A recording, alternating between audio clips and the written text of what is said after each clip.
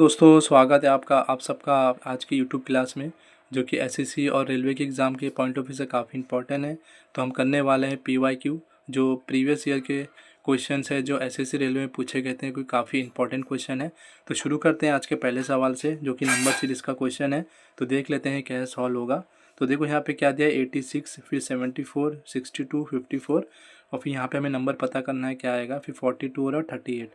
तो देखो इसमें एक तो लॉजिक समझ में आ रहा है कि इसमें क्या हो रहा है, नंबर जो है घटते जा रहे हैं, मतलब माइनस हो रहा है नंबर। ठीक है, तो क्या माइनस हो रहा है हम देख लेते हैं। तो देखो 86 से 74 बन रहा है, तो ये कैसे हो सकता है। इसमें अगर -12 करेंगे तो 86 से 74 हो जाएगा। ठीक है, और 74 से 62 बन रहा है, अगेन जो है फिर से इसमें -12 करेंगे तो 62 बनेगा। अब 62 से 54 कैसे बन रहा है, अगर इसमें -8 करेंगे तो ये 54 हो जाएगा। और यहाँ पे देखो क्या बन रहा है लॉजिक, 42 से क्या बन रहा है 38, तो यहाँ पे -4 हो जाएगा। अब देखो यहाँ पर दो बार रिपीट हुआ है -12 -12, तो हो सकता है यहाँ पे -8 हुआ है और फिर ये भी नंबर जो है -4 होके आया होगा। ठीक है, अगर 54 में -8 करेंगे तो 4 और 4 जाएगा तो 46 आना चाहिए यहाँ पर। ठीक है, और इसी 46 में अगर -4 करोगे तो देखो ये 42 बन रहा है, और यहाँ पे -4 करेंगे तो ये 38 बन रहा है, और ऑप्शन में देखो 46 दिया हुआ है, तो इसलिए 46 ऑप्शन नंबर 3 राइट हो जाएगा। तो इसमें लॉजिक क्या चल रहा है, पहले जो है -12 हुआ, -12 हुआ, फिर उसके बाद -8 हुआ, -8 हुआ, फिर -4 -4, और इन दोनों नंबर में मतलब जो है -4 का डिफरेंस है। देखो -12, 12 और 8 में -4 का डिफरेंस है, और 8 और 4 में भी -4 का डिफरेंस है। ठीक है, तो मुझे उम्मीद है आपको ये क्वेश्चन समझ में आया होगा। देखते हैं अगला क्वेश्चन। तो दोस्तों आपके सामने अल्फ़ाबेटिकल सीरीज़ का क्वेश्चन आ चुका है, जो कि क्वेश्चन नंबर 2 है आज की क्लास का। तो देख लेते हैं कैसे सॉल्व करना है इसे। तो इसमें क्या कह रहा है कि QHD से MNV बना है, MNV से ITN, और फिर ITN से EZF बना है, फिर AFX बना है। तो देख लेते हैं क्या लॉजिक चल रहा है। तो देखो यहाँ पे Q से M बन रहा है, Q से M बन रहा है, मतलब ये 17 और ये 14, मतलब यहाँ पे -3 हो रहा है, इधर माइनस कितना -4 हो रहा है। ठीक है, पहले प्लेस वैल्यू पुट कर लेते हैं। 3, 8, 4, 13, 14, 22, 9, 20, 14, 5, 26, 6, 1, 6, 24। ठीक है, अब देखो 17 से 13 हो रहा है, -4 हुआ है। ठीक है, फिर 13 से 9 हुआ है, -4 हुआ है। ठीक है, 9 से 5 हो रहा है, -4 हो रहा है। फिर 5 से 1 हो रहा है, -4 हो रहा है। अगेन इसमें -4 करेंगे तो क्या माइनस होगा, A माइनस होगा, Z माइनस होगा, Y और X, फिर यहाँ पे आपका W आ जाएगा। ठीक है, अब देखते हैं। तो देखो H का प्लेस वैल्यू 8 है, तो ये 8 से देखो 14 बन रहा है, +6 हो रहा है, 14 से 20 बन रहा है, +6 हो रहा है, 20 से 26 बन रहा है, +6 हो रहा है, फिर आपका 26 से 6 बन रहा है, +6 हो रहा है, और 6 में +6 करेंगे 12, और 12 प्लेस वैल्यू किसकी होती है, L की, तो यहाँ पे L आ जाएगा। अब यहाँ देख लेते हैं, D का प्लेस वैल्यू 4 होता है, तो यहाँ पे 4 से क्या बन रहा है, 4 से बन रहा है आपका 22, मतलब पीछे जा रहा है। तो इसमें क्या हो सकता है, इसमें -8 होएगा 4 में, तब ये 22 आएगा। ठीक है, अब 22 में -8 करेंगे तो 14 आना चाहिए, तो यहाँ पे 14 दिया हुआ है। 14 में -8 करेंगे 6 आना चाहिए, यहाँ पे 6 दिया हुआ है। फिर 6 में -8 करेंगे तो 24 आएगा। अब 24 में ऐसा क्या -8 माइनस करेंगे तो क्या आ जाएगा, 16 आएगा। तो यहाँ पे 16 मतलब प्लेस वैल्यू मतलब P की होती है, तो यहाँ पे P आ जाएगा। तो WLP आपका राइट आंसर हो जाएगा। तो इसलिए आपका ऑप्शन नंबर 3 राइट हो जाएगा। तो मुझे उम्मीद है आपको ये क्वेश्चन समझ में आया होगा, काफ़ी अच्छा क्वेश्चन है। देखते हैं अगला क्वेश्चन। तो दोस्तों आपके सामने क्वेश्चन नंबर 3 आ चुका है आज की क्लास का, जो कि नंबर सीरीज़ का क्वेश्चन है। तो देख लेते हैं कैसे सॉल्व करना है इसको। तो देखो 67 से 71 बन रहा है, 71 से 79, फिर 91 बन रहा है, फिर 107 बन रहा है, फिर 107 से क्या बनेगा हम देख लेते हैं। तो इसमें एक चीज़ समझ में आ रही है कि कंटिन्यू नंबर जो है बढ़ रहा है, मतलब कुछ ऐड हो रहा होगा, काफ़ी नज़दीक नंबर है, तो इसमें कुछ ऐड हो रहा होगा। ठीक है, तो 67 से 71 बन रहा है, तो इसमें क्या होगा, +4। 71 से 79 बन रहा है, तो इसमें क्या हो रहा है, +8। 79 से 91 बन रहा है, तो इसमें क्या हो रहा है, +12।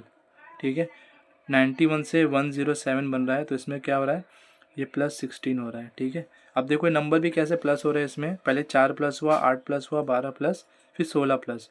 तो देखो 4 में 4 जोड़ेंगे 8, 8 में 4 जोड़ेंगे 12, 12 में 4 जोड़ेंगे 16, तो 16 में अगेन 4 जोड़ेंगे तो 20, और इसी 20 को हम 107 में जोड़ेंगे तो कितना होना चाहिए, 127। तो 127 आपका ऑप्शन नंबर 4 में दिया है, तो इसलिए आपका ऑप्शन नंबर 4 राइट हो जाएगा। ठीक है, तो मुझे उम्मीद है ये लॉजिक आपको समझ में आया होगा, काफ़ी प्यारा लॉजिक है। तो देखते हैं आज का 4th क्वेश्चन। तो दोस्तों आपके सामने क्वेश्चन नंबर 4 आ चुका है, जो कि find the odd one out का क्वेश्चन है।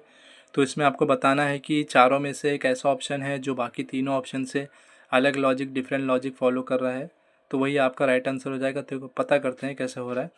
तो देखो ये 18 से 52 बन रहा है, 24 से 70, 43 से 86, 39 से 115 बन रहा है। तो क्या लॉजिक चल रहा है? अब देखो ये लगभग इसका 3 गुना है 18 का। अगर 18 में 3 से मल्टीप्लाई करेंगे 54 हो जाएगा, -2 करेंगे इसमें तो ये 52 हो जाएगा। ठीक है, अभी इसी 24 को 3 से मल्टीप्लाई करेंगे तो कितना हो जाएगा 72, इसमें -2 करेंगे तो ये हो जाएगा 70। 43 को अगर 3 से मल्टीप्लाई करेंगे तो ये हो जाएगा 3 3 9 और 139। ये तो ऐसे ही बड़ा नंबर हो गया, तो यहाँ लॉजिक तो फॉलो नहीं करेगा। ठीक है, क्योंकि ये 86 मतलब यहाँ पे 88 होना चाहिए था मल्टीप्लाई करके। ठीक है, अब 39 को अगर 3 से मल्टीप्लाई करेंगे तो 3 9 जा क्या होता है 27, 2 वहाँ पर 3 3 जा 9, तो ये हो जाएगा 117 और इसमें -2 करेंगे तो ये 115 हो जाएगा। ठीक है, तो इसलिए आपका ऑप्शन नंबर 3 राइट हो जाएगा। राइट इसलिए होगा क्योंकि ऑप्शन नंबर 1, 2 और 4 में क्या हो रहा है, मल्टीप्लाई 3 करके -2 होके नेक्स्ट नंबर फॉर्म हो रहा है। ठीक है, देखो 52, 70 और 115, लेकिन ये इसमें अप्लाई नहीं हो रहा है। ठीक है, ऑप्शन नंबर 3 में, तो इसलिए आपका ऑप्शन नंबर 3 राइट हो जाएगा। ठीक है, तो देखते हैं अगला क्वेश्चन। तो दोस्तों आपके सामने आज का आखिरी क्वेश्चन आ चुका है, जो कि सिलॉग्स का क्वेश्चन है। तो आपके सामने देखो स्टेटमेंट दिया हुआ है, कंक्लूजन दिया हुआ है। तो स्टेटमेंट के अकॉर्डिंग हम जो सिलॉग्स बनाएंगे उसका डायग्राम जैसा होता है बनाएंगे, फिर पता करेंगे कि कौन सा कंक्लूजन फॉलो हो रहा है या नहीं फॉलो हो रहा है, या दोनों फॉलो हो रहा है या दोनों भी नहीं फॉलो हो रहा है, वो पता कर लेते हैं। ठीक है, तो देखो यहाँ पे पहला कंक्लूजन, पहला स्टेटमेंट क्या कह रहा है, सम मूवीज़ आर ड्रामा, मतलब कुछ मूवी जो है ड्रामा है। तो ये सर्कल को हम एम बना देते हैं, एम मतलब मूवी, और कुछ मूवी जो है ड्रामा है, तो कुछ का हिस्सा इसमें आ जाएगा कुछ। ठीक है, और यहाँ पे क्या हो जाएगा, ड्रामा मतलब डी से।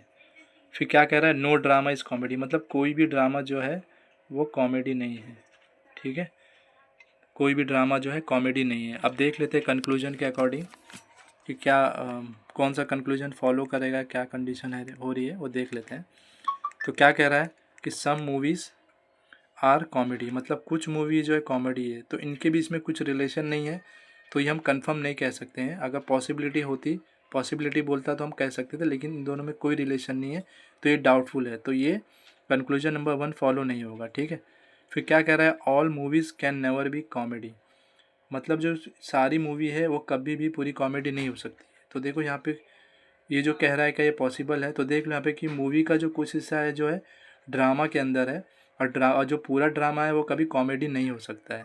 तो इसलिए आपका ऑप्शन नंबर 2 जो है, ये आपका ऑप्शन नंबर 2 जो है, कंक्लूजन 2 जो है फॉलो करेगा। क्यों फॉलो करेगा, क्योंकि मूवी का कुछ हिस्सा जो है वो ड्रामा के अंदर है, और ड्रामा जो है कभी भी कॉमेडी नहीं बनेगा। तो ये सही कह रहा है कि ऑल मूवीज़ जो है कैन नेवर बी कॉमेडी, तो ये सही बात है, क्योंकि ये वाला हिस्सा जो है ये ड्रामा के अंदर है, और ड्रामा जो है कभी भी कॉमेडी नहीं बन सकता है। तो इसलिए आपका ओनली कंक्लूजन 2 फॉलो करेगा, ओनली 2 फॉलो आपका आंसर बनेगा। ठीक है, तो मुझे उम्मीद है आपको ये क्वेश्चन समझ में आया होगा। देखते हैं, तो मिलते हैं अगली क्लास में। धन्यवाद, अपना ख्याल रखिए।